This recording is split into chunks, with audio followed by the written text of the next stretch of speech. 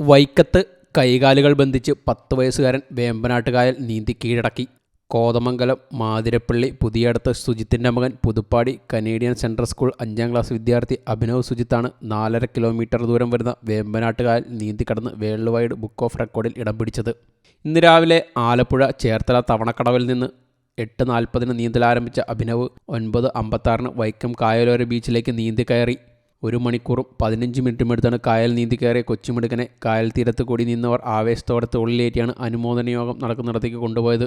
നീന്തൽ പരിശീലകനായ ബിജു തങ്കപ്പൻ്റെ ശിക്ഷണത്തിൽ അഭിനവ് 1 വർഷമായി കോതമംഗലത്തെ പുഴകളിൽ നീന്തൽ അഭ്യസിച്ചു വരികയായിരുന്നു. നന്നായി പരിശീലനം നടത്തിയതിനാൽ യാതൊരു ക്ഷീണവും കൂടാതെ നീന്താനായെന്ന് അഭിനവ് പറയുന്നു. എല്ലാ ദിവസവും 2 തൊട്ട് 2.5 മണിക്കൂർ വരെ പ്രാക്ടീസ് ചെയ്യണ്ടായിരുന്നു. അപ്പം ആദ്യം കായൽ കണ്ടപ്പോൾ ചെറിയൊരു പേടി ആയിരുന്നു, ചെറിയൊരു പേടി.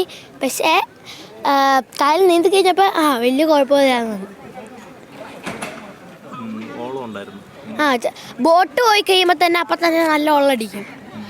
ഇച്ചിരി അടുത്തേക്കൂടെ പോവാണെങ്കിൽ നല്ല വെള്ളമടിക്കും, ഇച്ചിരി മാറി പോവാണെങ്കിൽ അത്രയ്ക്ക് വലിയ വെള്ളമടിക്കും. ചെറുതായിട്ട് വെള്ളമടിക്കണ്ടായിരുന്നു. പേടിയൊന്നുമില്ലായിരുന്നു.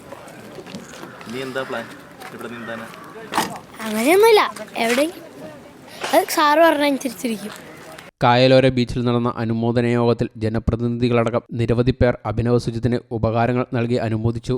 News desk you talk.